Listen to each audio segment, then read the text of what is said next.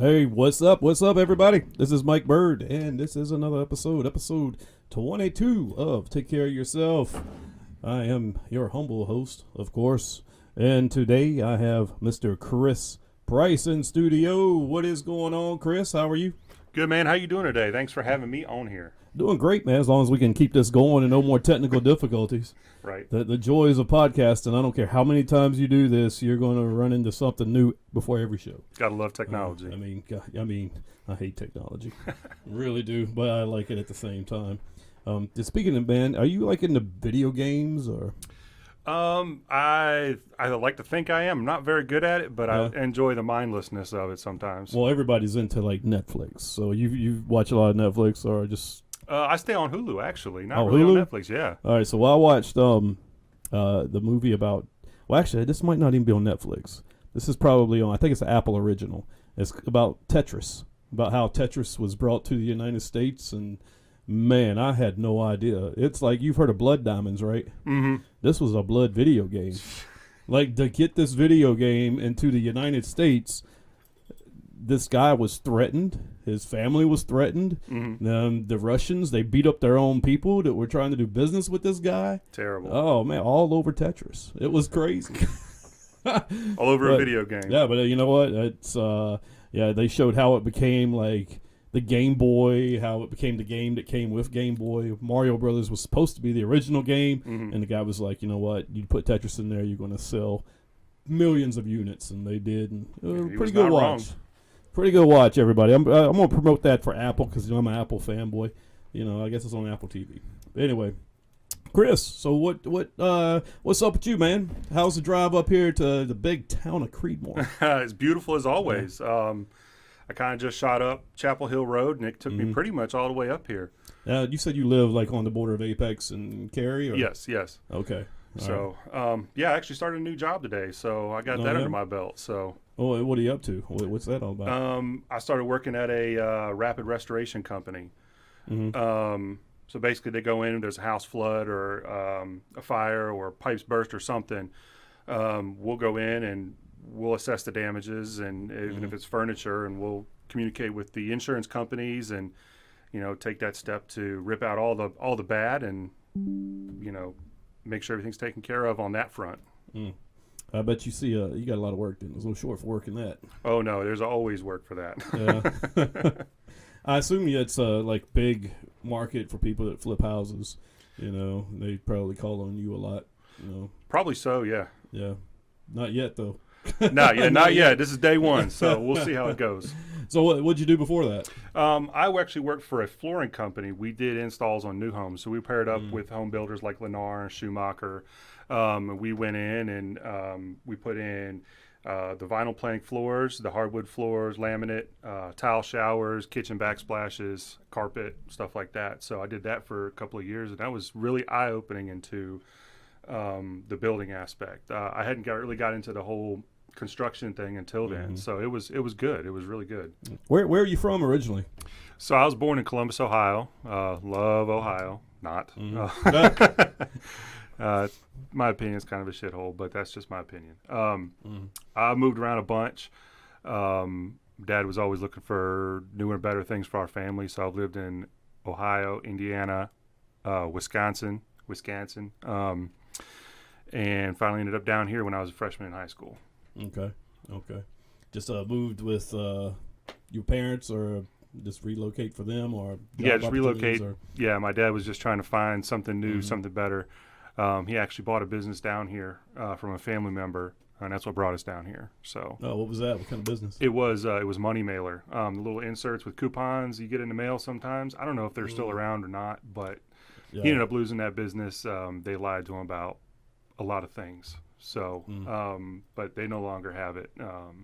So he's doing a bunch of other things now. So I don't think you get those anymore. I don't remember. I get a lot of spam stuff, but it's mainly checks for $50,000 to $55,000 that they want you to cash. Oh yeah, absolutely. Some Nigerian prince over there, and yeah, exactly. But to this, I wonder what happens when you actually one of these, because they do it because people go for it. There's a small percentage that keeps them in business. So when they send you these checks for $50,000, like when you sign it and take it to the bank or something, like what happens? I mean, they just hit you with a 21% interest loan for $51,000. Oh, absolutely. It's got to be some kind of scam like that. I'm sure it is. Yeah. So you've been in I don't know, the Raleigh, Durham area, Triangle area for how many years now? Let's see. Freshman in high school. You're making me math now, man. That's not fair. Man. You got to do all the things on Let's this see show. here. Something like 15 years or so. So I call this place home. It really is. I've grown up with the area, and there's been so much going on in this area the past 15 years. So yeah, it's really growing, man. The infrastructure, they're always going to be building here. Always going to be working on the roads, and it's just getting crazier. Absolutely. So I came across you on the ATB single site, my Facebook group I have, and I put out an ATB out there for people to come on the podcast, and you wrote me, and so bam, here you are, man. So you had some interesting things to talk about. One of those things is like abuse, like domestic abuse, and you don't see that a lot from men saying they were abused. Now, I do know a couple, well, one guy in particular, he told me his stories about it, but, it's very rare. So, you want to talk about that? Sure, we could talk about it. Yeah, so tell us, man, what was going on? So, I've been married twice. So, in my first marriage, it was very toxic, very toxic. And I'm not going to put all the blame on my ex-spouse. There was a lot of growing up I had to do as well. I became a parent for the first time at the age of 19. So that was I would say I didn't get to experience a lot of things in life because I became a dad. And she didn't either. So she became an alcoholic throughout the course of our marriage, and we were together for 10 years. I tried every feasible way I could to make it work. But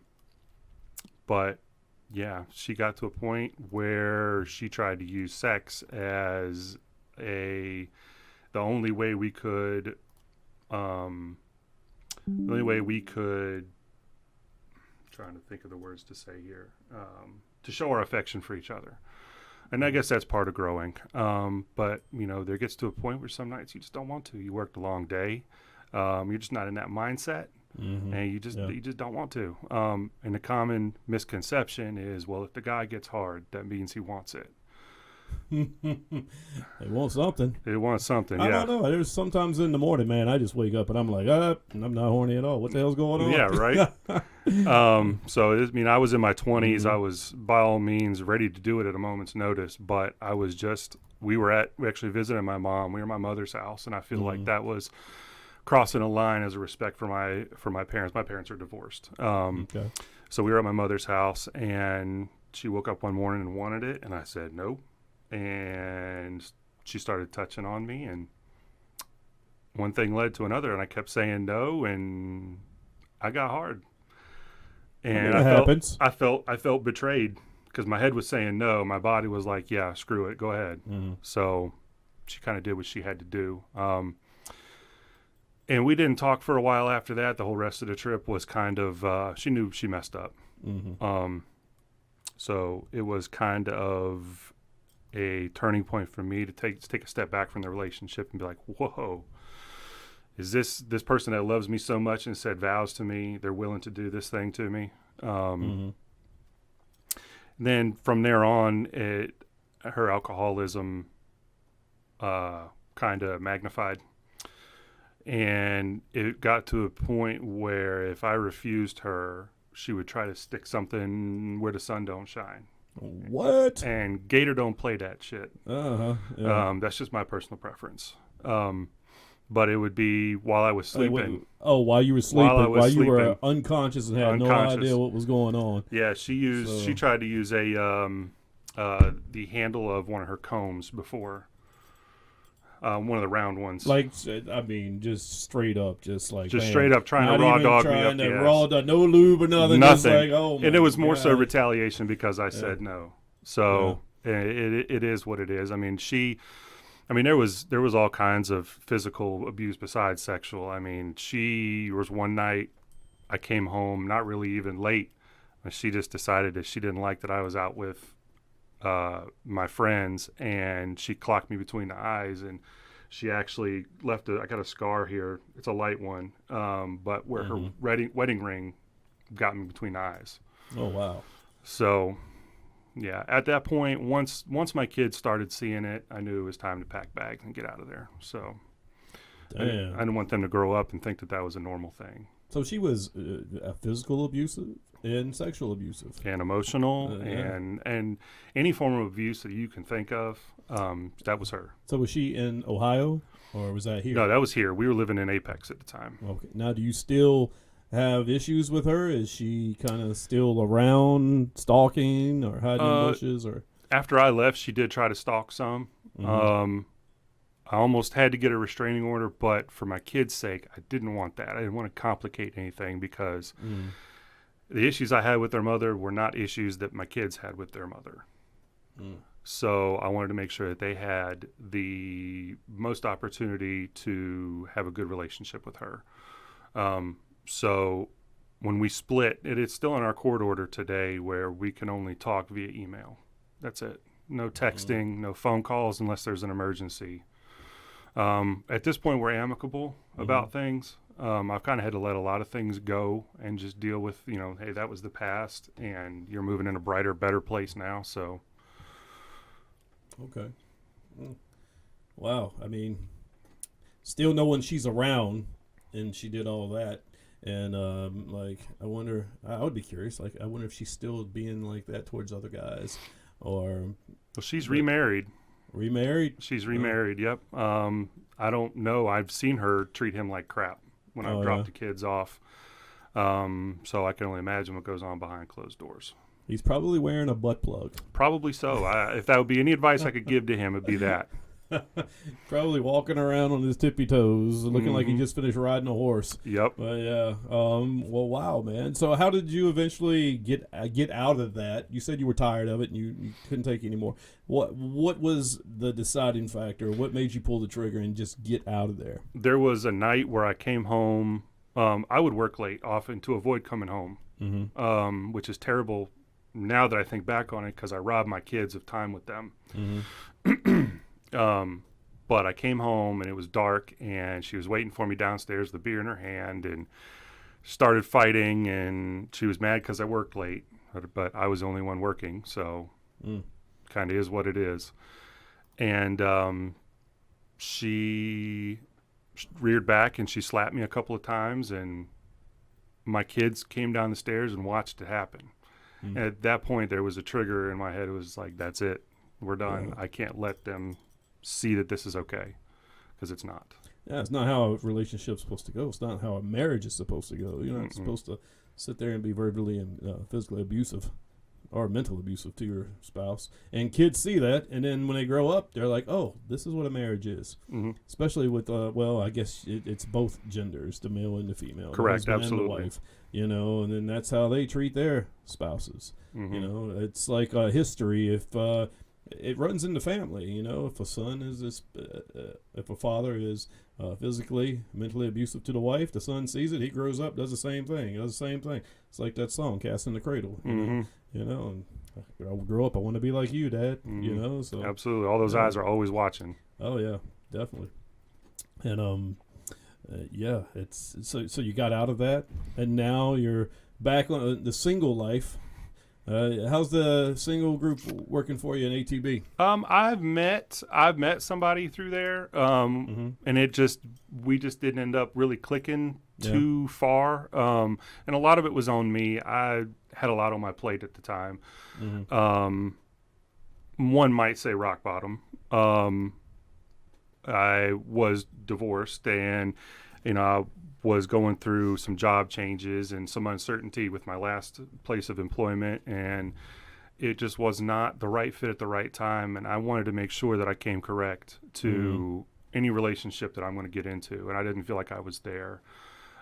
We still talk on, she actually reached out to me yesterday, or actually early this morning, and we're cool. I think we're friends.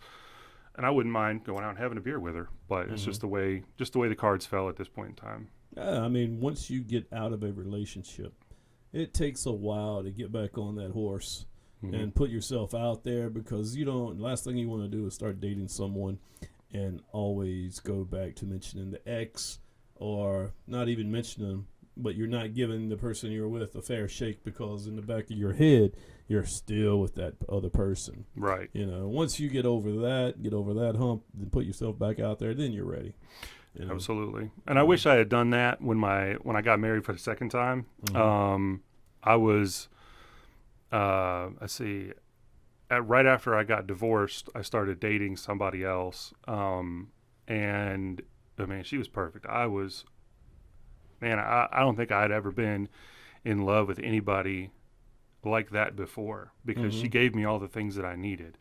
And I think that along the way, subconsciously, I was doing a lot of comparisons to my last relationship, and I didn't come correct. So that's probably why that relationship fizzled out. There were a couple other aspects too, but when you start comparing your present girlfriend to your toxic ex, that's not going to go over good. Right. And I know from experience. Yeah. Life's one big learning game, man, I swear. Yeah, it really is, man. Especially in these Facebook groups, man. Mm-hmm. This stuff's been around so long for me. I've seen it all. There's nothing that somebody in those groups could say or do that would make me drop my jaw. Mm-hmm. I've seen it all, except for a murder. Haven't seen a murder yet. Hopefully we won't see that, but I've seen everything else. It is 2023. You never know. You never know, man. Damn. Facebook groups can be toxic, but they can be great at the same time. I think in a group like ATB, if you're in it for a long time, you become like a face, and then people start to see you dating all these people, and then your name gets out there, and that can kind of tarnish your reputation in a way. But the more successful relationships that I see that come out of ATB, they meet in ATB and they date for a few months, and then they leave. They disassociate themselves with everybody in that group, those circles.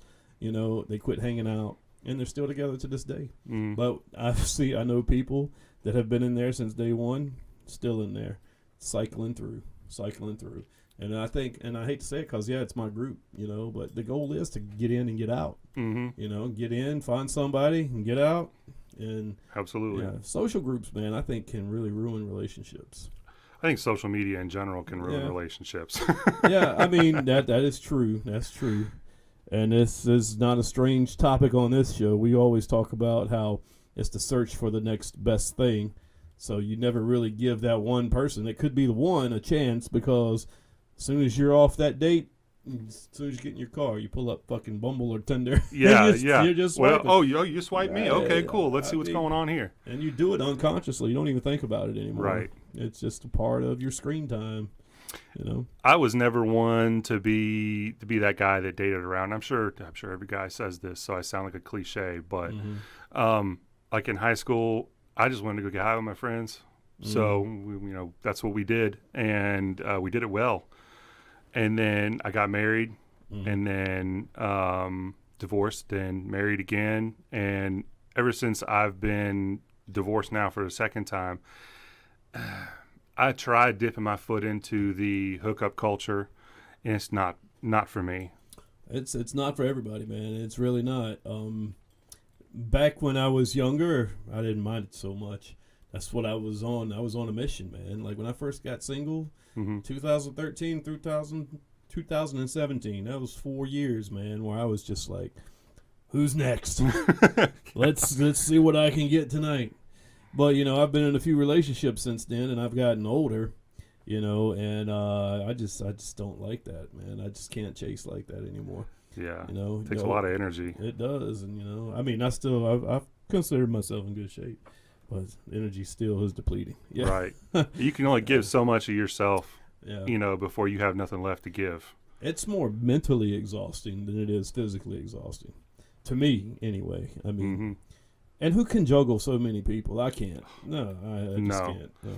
I've got room in my life for one more special person, and if they come with kids, great, that's fine. But You know, outside of that, I don't have the capacity to entertain multiple partners at one time. Yeah, I don't know how people do it, man. It's above my pay grade, as per se. Yeah. So that's it. Huh? So you're not seeing anybody right now, just living the single life. What do you do on the outside of that, for hobbies and stuff like that? Really, I enjoy watching NASCAR. I mean, we can make all the jokes we want about we're making a left turn, but it's fun to go watch in person.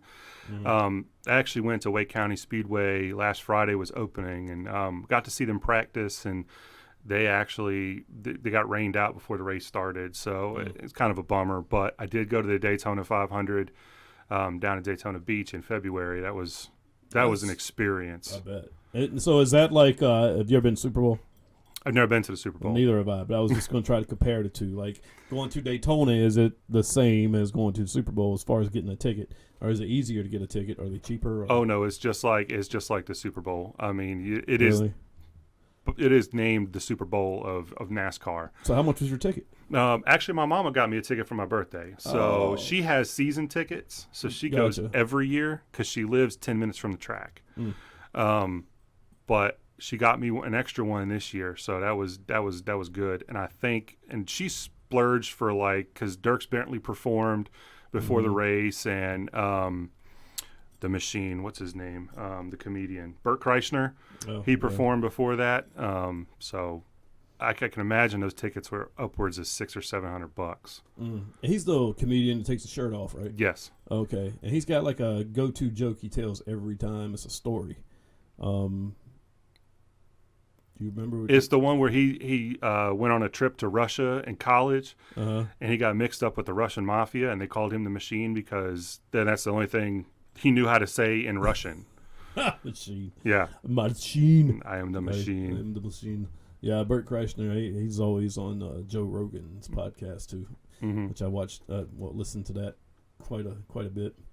Yeah, the Machine. I just watched Days of Thunder the other day too. Speaking of NASCAR. Oh yeah, that's a classic. I was on a flight back from Uruguay and it was on, and I forgot how good that movie was, man. It actually still lives up. You know, it's hard I'm surprised they haven't tried to remake it with like one of these young bucks coming up, like what's his name, Clint Eastwood's son, or yeah. Or I know like you're talking about. It's just they're trying to remake everything now.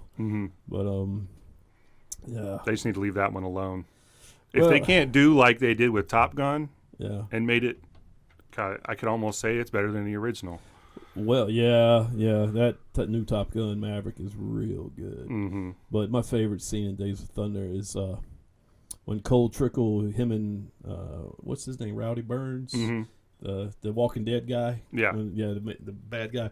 When they wreck and they go to the hospital, and like Nicole Kidman is Tom Cruise's doctor, and they had fooled him, played a prank on him with this hot state trooper uniform girl, and grabs him and he took Nicole Kidman's hand and was like, "Oh, you're a doctor, huh?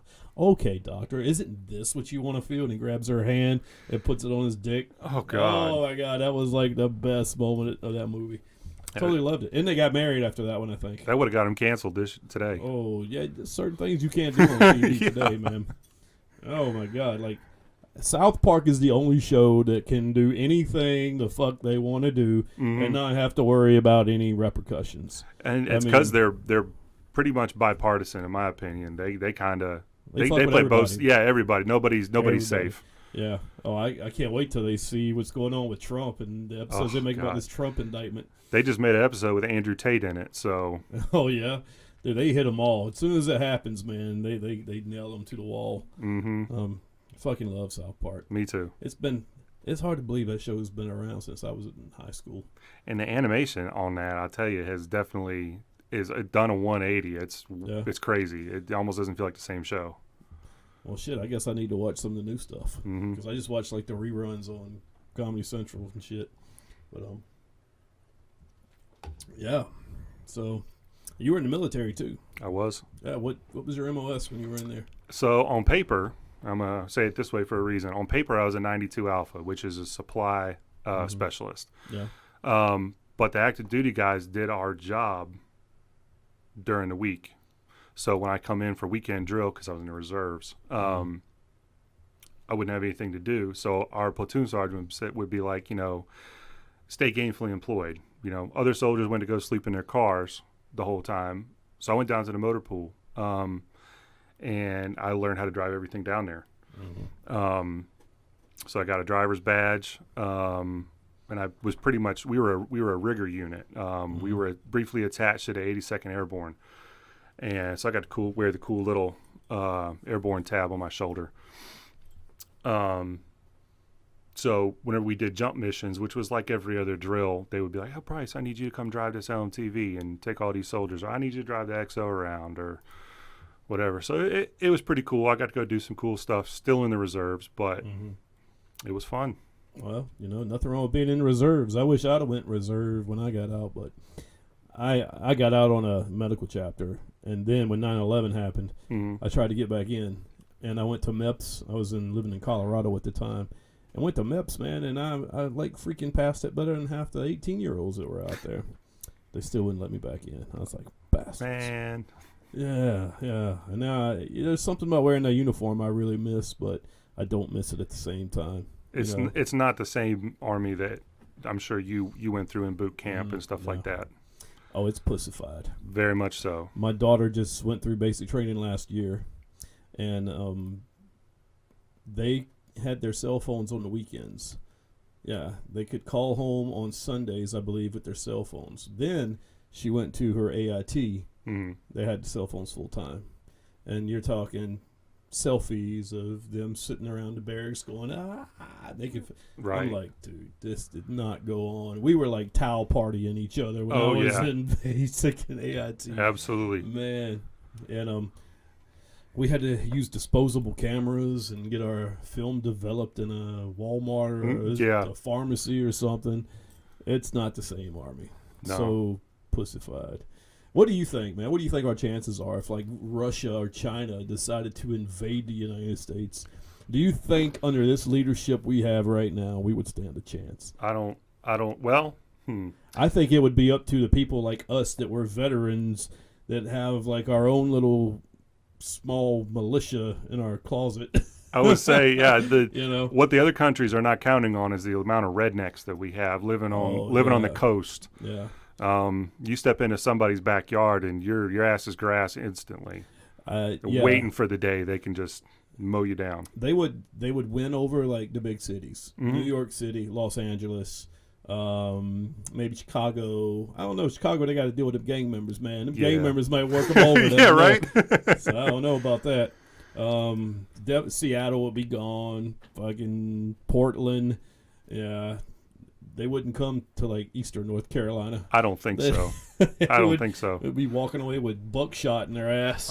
If they walked away. If they walked away, yeah. I don't know, man. I think it's crazy, the climate we live in right now and all this shit that's going on with Russia and China. And I swear, man, I think that they're going to get ballsy enough to try and attack us on our own land pretty soon. I think so, and it wouldn't surprise me if they had some kind of intel. Yeah. Some people here are just not playing fairly and not being patriotic. They're giving our enemies information. I think that's a very real possibility. Oh yeah, I'm sure there is, especially the way the country's so divided. It's divided like 50,000 different ways.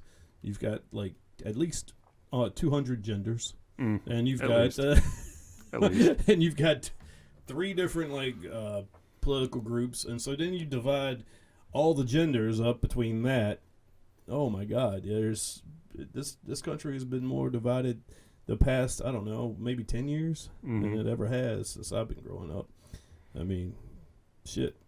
I remember when everybody just got along, and I used to be a Democrat. Like I was old school Bill Clinton Democrat back then. I voted for him, last Democrat I ever voted for. Yeah. So it is what it is, I guess. Yeah, I think it's. I don't know. I think at this point in the state if I could talk, in the state of the White House right now, I think it's a lot of elderly abuse going on by letting Joe Biden do what he does up on the screen, reading from teleprompters and all that. I don't know. I don't really align too much with the guidelines of a single party. I believe what I believe in, and I'm going to pick the best candidate to do what's right. Yeah. I don't care what it could be a Democrat that's up there next time, and if they're doing the right things, I'm going to vote for them. Mm-hmm. So I just think what they're doing right now is childish. Like, they will not leave Trump alone. No. I'm not a Trump fan. I'm not, but man, it makes you like Trump. It does. The more they go after him, the more you want to, like, I hope he says "fuck y'all" and sticks it up your ass. I saw today he voted. He's pled not guilty to whatever he's doing today. So good. So I guess he was indicted for something that happened in 2016 with that porn star and some hush money to that Stormy Daniels. So why now? Why don't you do this? Like 2016 when he did this, supposedly he wasn't even in office. So why aren't you trying this in 2018 or like 2017? Why are you waiting now? Right. A year before the new election. Well, and that's exactly why they waited. Yeah. Is so that they could try to make him look less credible for the next election. Well, they don't know this is backfiring. I mean, you're creating more Trump fans. You're creating a lot more. You're creating a lot more Trump fans. And I hate that because I'm really hoping Ron DeSantis runs, and I hope he gets Tulsi Gabbard as his partner. But then you don't want to have him run and Trump run and then divide the Republican Party up. I don't know. I'm really not political. You wouldn't think that. This is the first time I talk about politics on my podcast. But, I mean. Hey, it's a subject worth talking about. It is. A lot of people can't talk about it without arguing with their family and shit. I just don't care. Right. I don't. And that's the thing. Like, I've run into people all walks of life doing what I do, being in the military, being a mechanic. I've seen it all when it comes to people. And what I don't understand is the non-tolerance from other people. I don't. On both sides. Yeah. Everybody's got a life. They deserve to live it the way they want to, as long as you're not infringing on what I want. Don't make me do what you want. If you don't like what I like, fuck you. Yeah. You are out of here. Yep. I don't want to hear it. Nope. You don't. Oh, you're off by like 0.2%. No, fuck you. Oh, yeah. I'm going to the pussy convention. Yeah. I'm going to wear my vagina hat. I'm sure there's guys like that too. So don't let me make it sound like it's all women. But I don't know. They make good videos though, Karen videos. I love watching those. Nothing like seeing a woman get all mad. And come over to your window and start knocking on it. And I don't know. I used to be on TikTok, but then I heard that they were like, the disclaimer was if you have TikTok on your phone, it somehow has access to all your electronics that are on that Wi-Fi. And they can pull all your information off of it, and they can sell it to any other company they want to without your permission. Take all your photos. Yeah. So I was like, delete TikTok. We're out of here. Yeah. Yeah. I still have it. I've got a monitor. My kids are at the age where they're on there now. So I'm really, I feel like with social media, it's a thing that they should explore to a certain extent, safely. There's all these parental monitors and stuff like that you can check behind your kids with. But I also have to put my eyeballs on what they're posting on social media. So I want them, all their friends are on TikTok. I don't want them to grow up to be the one kid that's not on. And that's the thing. You have to let them have it. You don't want them to be what you just said, that one kid that their parent regulates them, and then they go home, they go to school, and they're like, oh, man, your parents, your parents are such sticks in the mud. Yeah. You don't want to be that person. That's like when my daughter got her cell phone, she was 12 years old. Yeah. I think it was something like that. I mean, what are you supposed to do? Her be the only one without a cell phone in school? Yeah, it's crazy. I didn't get my first cell phone until I was 20.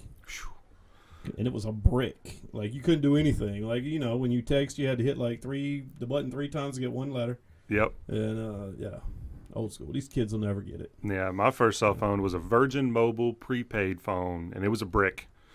And, I bought that when I was 18. I had to buy it myself. And my parents were like, you don't need a cell phone. I was like, how much were those back then? Well, the minutes were like $20 at Walgreens. You could get like 100 minutes for $20, but the phones themselves were like $50 or $60 because there wasn't much to them.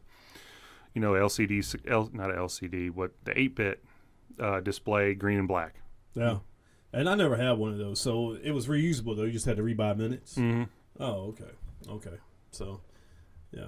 Is that the way Cricket phones are, I guess? Yeah, I think Yeah. so. I think they have Yeah. bigger packages where you're not buying only 100 at a time, but The phone's a lot cheaper, Mhm. but it's not a smartphone. no. You know, yeah, it's just straight up calling. Nobody straight up calls on their phone anymore.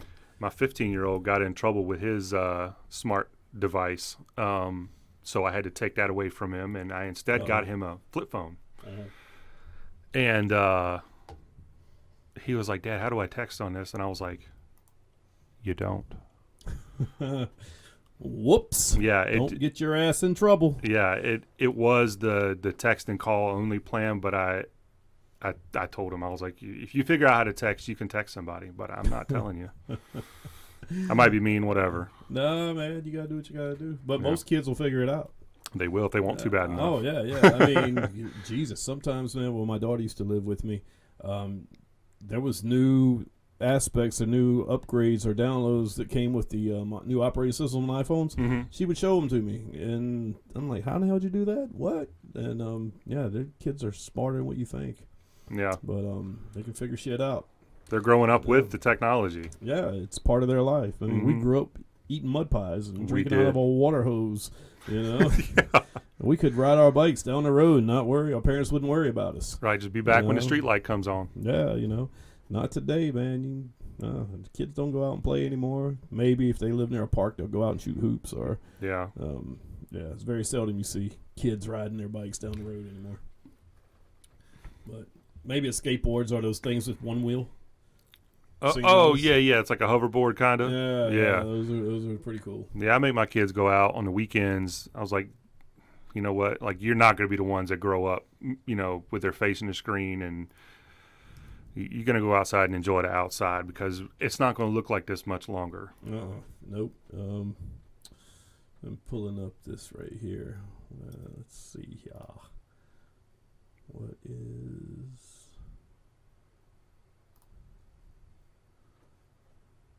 Just checking some dead air. Dead air. It's not good. There it is. Just looking at something.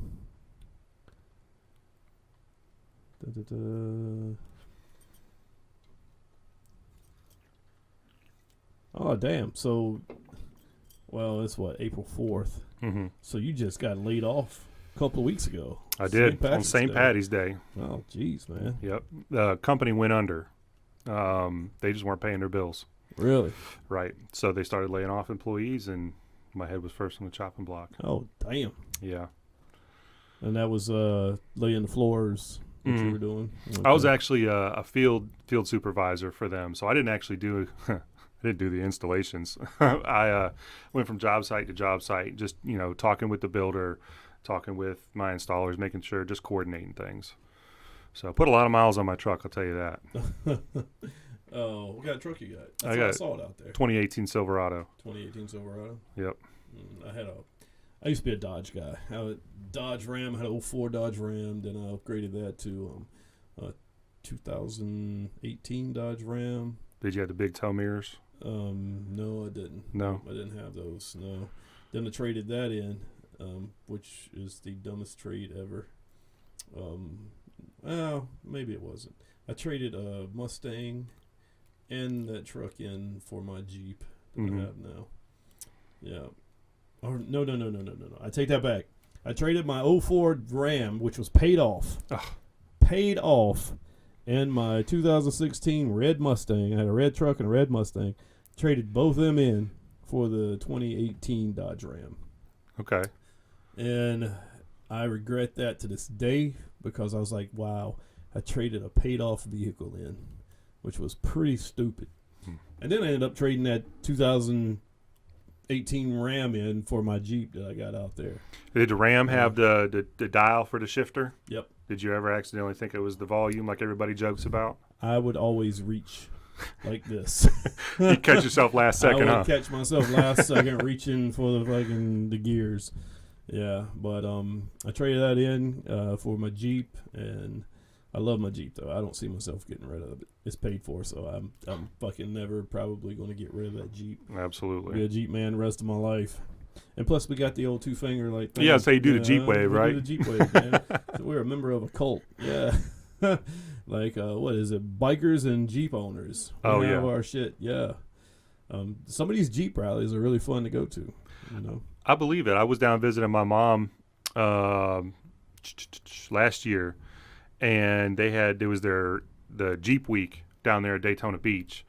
Man, if you like Jeeps, that would be the place to be because they were everywhere, and some were lowered, some were lifted to the sky. They had old ones, new ones. I mean, the whole town was nothing but Jeeps. It was crazy. I'd never seen such a turnout. Yeah, that sounds like Myrtle Beach in October. They have a Jeep Jam, and hundreds, man, probably 400 or 500 Jeeps out there. You know, you have to pay in advance, and hopefully it don't sell out. Yeah. But you can do a beach crawl. I think it's 200 Jeeps they allow to drive on the beach in one line. And as the tide comes in, as it comes in, the Jeeps have a harder time making the turn to get off the beach. So they have like another Jeep sitting there with its winch, just waiting for them to get stuck. And I'm sitting there laughing. But I'm like, yeah. Last time I did that, laughed shit at somebody's Jeep, I got stuck in the same spot. And I was like, I'll never laugh at somebody else. Yeah. But what else, man? What else you got going on, Chris? Let's see here. Man. You know, Like if you were going to sell yourself to the ladies. Sell myself to the ladies. Sell yourself to the ladies right now. Like, you're making your Tinder profile, but this is a video. It's a video? This is a video. Who? Well, let's see. I got the daddy part down pat. I mean, I'm a father of 4. Do you want to have a new kid? I would entertain, if one was already existing, my new partner had one already, but I've done my sleepless nights and my due diligence on changing diapers and Not doing that again, huh? I don't. What if you found like Of course, there's dead gorgeous that she had like this newborn and she's like, oh, Chris, man, making it tough over there. There's an exception to every rule, and she'd have to be special. It had to be more than just looks for me to do that. What's your typical age window? You go younger, older, same age? I really don't have a preference. I've talked to some women from the group that are in their late 40s. I've talked to some that are in their 20s. And it's really, to me, all about life experiences. It doesn't really have so much to do with age. You could have experienced a lot in 20 years and not experienced hardly any trauma or heartache or joy or anything like that in 40 years.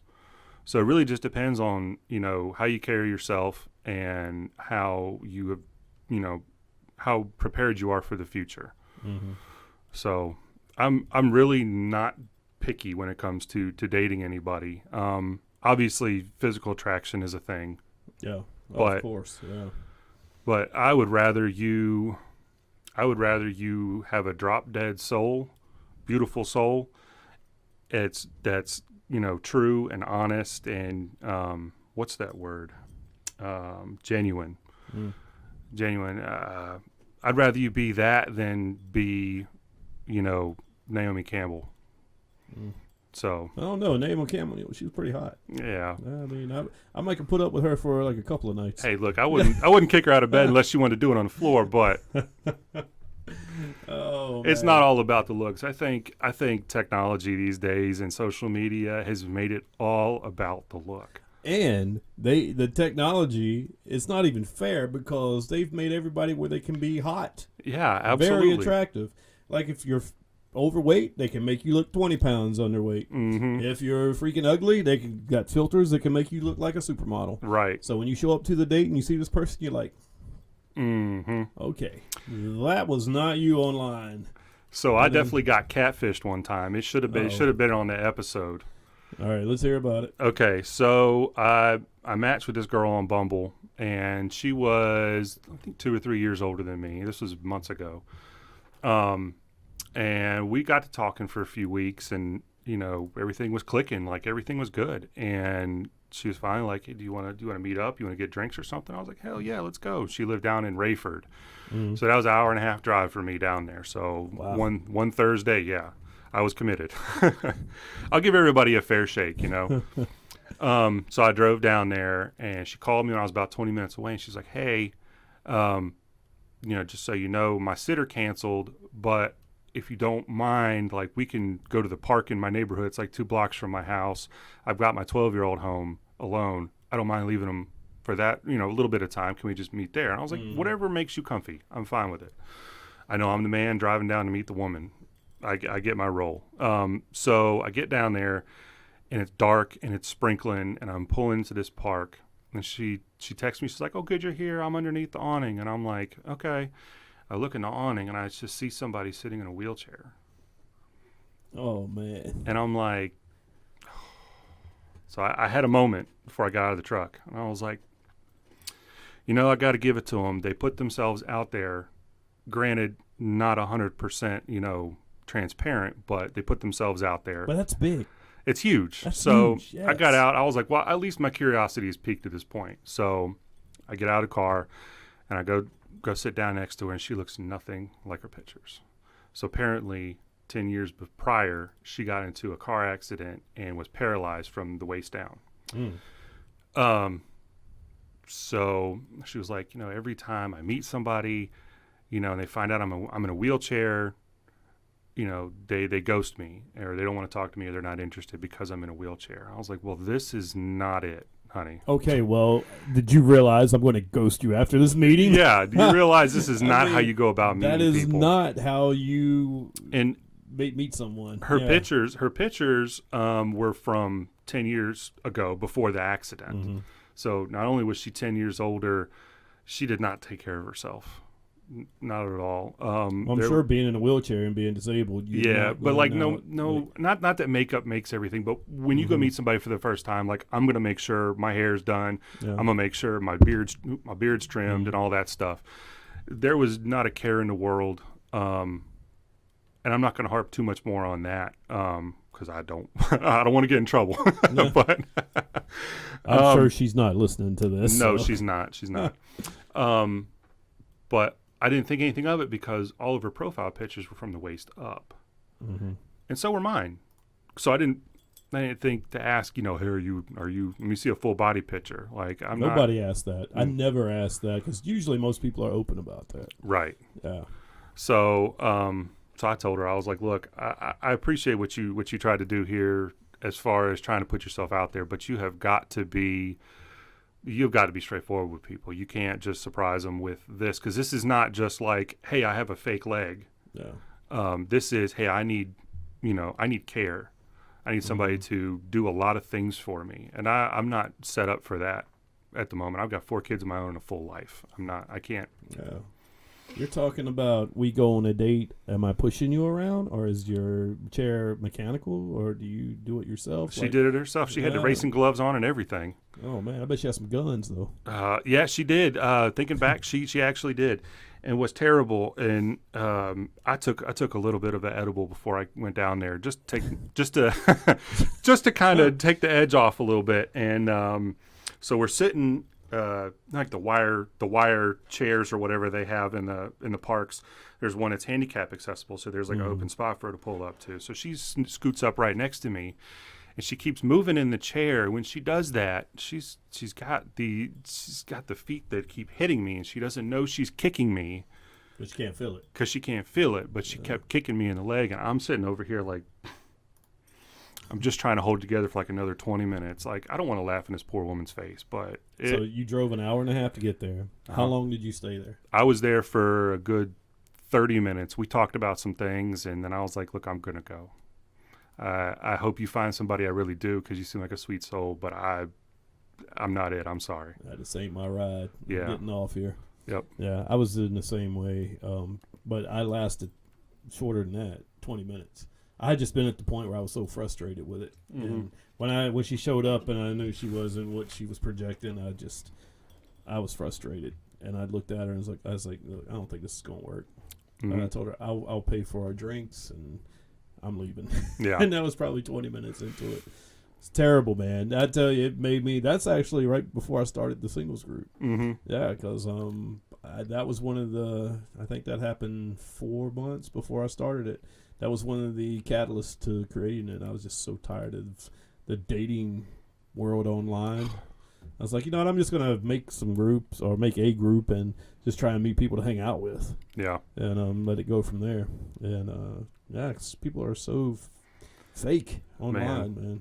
Just be transparent. I don't understand Mm-hmm. what's hard about being transparent and being genuine. Like, if you don't like the way that you are, why do you expect somebody else to like you that way?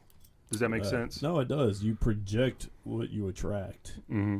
You know, you're going to get what you project yourself. That's what you're going to attract. I think I said that right. Yeah, you did. Yeah. You got it. Yeah. We're there. You know. So if you project somebody sad that's in a wheelchair, well, I guess she didn't project somebody sad in a wheelchair. She projected herself somebody else. Mm-hmm. And that's when you showed up. Right. So. And what kind of messed me up was we were talking about stuff like, oh, would you want to take dancing? Do you want to take salsa lessons? She was like, yeah, let's do salsa lessons. And I'm thinking back now, like, well, you're just going to lie to me right up until the very end, huh? Well, hold on. Let's look up wheelchair salsa. Oh, I looked into it. You don't have to. I did. You can do wheelchair salsa.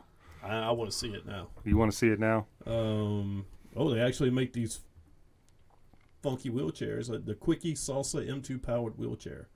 Truly personalized. Also, this is not it's just called the salsa. Wait, here we go. We have a video. Oh Lord. Oh, look at this dude. Look at his arms though. He's like pumping that thing. Don't believe me, just watch. Hey, oh! Okay, this time. Dude, she's so we want hot. some Oh my salsa god. in the house. Come But on. his legs don't get tired. I said uptown, funk you up. Uptown, funk you up. I said uptown, funk you up. Uptown, funk you up. I said uptown, funk you up. Uptown, Okay, funk you up. let's be honest. The woman's doing all the work. Uptown, funk Yeah. you up.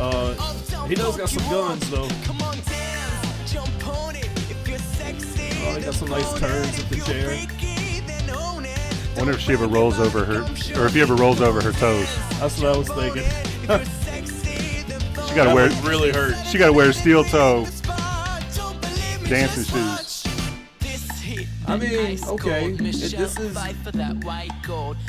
That would be fun. Now, if I was with somebody and they happened to end up in a wheelchair due to an accident, I would love to do something like that. What if she was the one in the wheelchair? Hey, as long as she didn't come that way. Oh, well, that's interesting right there. Wheelchair dance salsa. Yeah, that's crazy. That's pretty funky right there. That's one for the record books. I mean, it didn't look too bad. They were flowing. You know, they had some good energy. You know. Well, hey, man, that's been an hour. Time Goes by flies, quick, doesn't man, it? when you're having fun. Man. Absolutely. Well, look, Chris, I appreciate you being on the show, and I'm going to let you know a little secret. So, like 10 minutes into our restart, that thing went back on demo mode. So I've been sitting here like switching from camera to camera to camera the whole time. So there's going to be a whole lot of my face on this one. Okay. And yeah, I just didn't. Because you were talking about the domestic abuse at the time. I was like, I'm not going to interrupt this to fix that damn camera. So. Well, yeah, man. Thanks again for being on the show. Thanks for having me. I appreciate it. You know, this is Mike. Just take care of yourself. Thanks, and don't forget, check us out on YouTube, Naughty Donkey Productions. Get all your podcast needs there for Take Care of Yourself. Also, you can check out the cornhole videos up there and some of the old stuff and the cornhole podcast, The Sticky Side. I'm Mike, and we'll see you next time. Bye.